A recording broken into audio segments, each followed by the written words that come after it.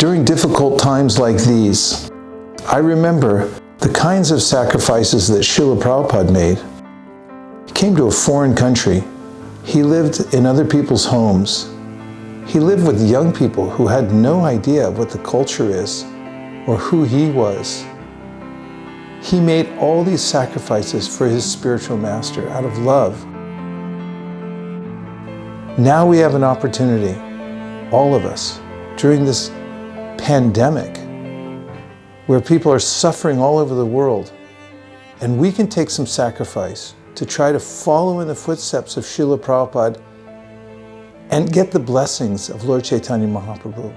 Chaitanya Mahaprabhu loved those devotees who followed his instructions to give Krishna consciousness to others. And so does Lord Krishna in the Bhagavad Gita, who says, "There's no one more dear to me than those who distribute the knowledge of Bhagavad Gita."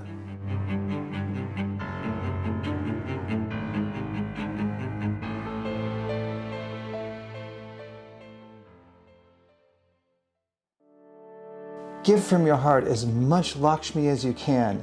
We're going to use it in the service of Narayan. That's the way to have success in life. We'll be distributing Bhagavad Gitas in every conceivable place to give the world auspicity in a way that we've never done before.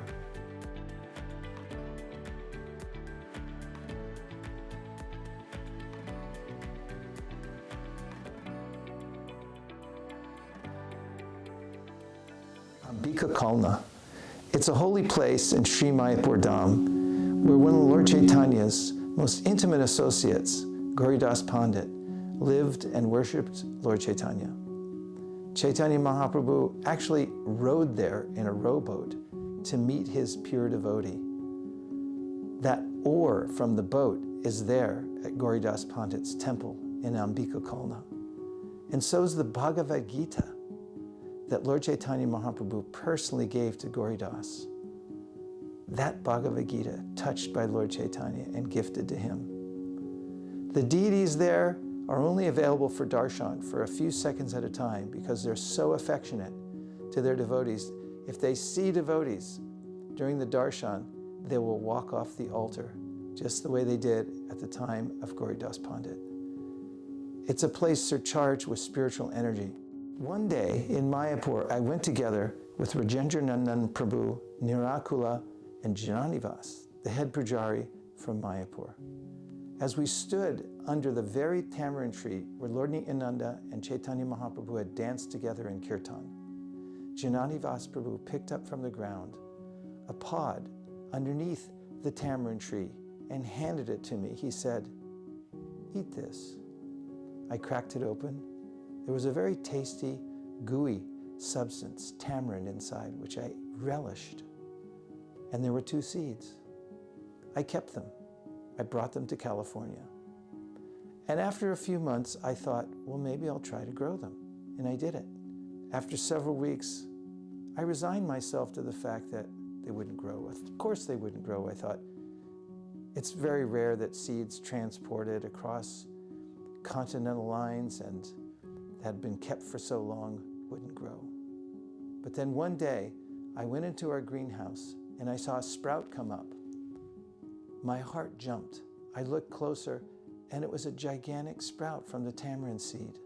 At least one of them had come up. I ran and got Nirakula to see that there was a festival going on. That very tamarind tree under which Lord Chaitanya and Nityananda had danced was now appearing in our yard. This is such a transcendental experience, having the association of these trees, that I showed it to my godbrother, His Holiness Radhanath Swami. He said, indeed, this is a spiritual event.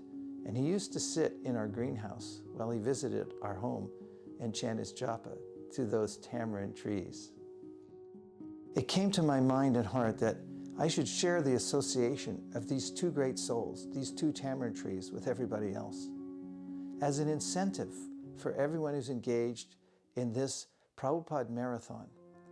Here is one of the beautiful tamarind trees, which is so kindly appeared here in Burlingame, California, to give us his divine association, and now for all of you to give benedictions.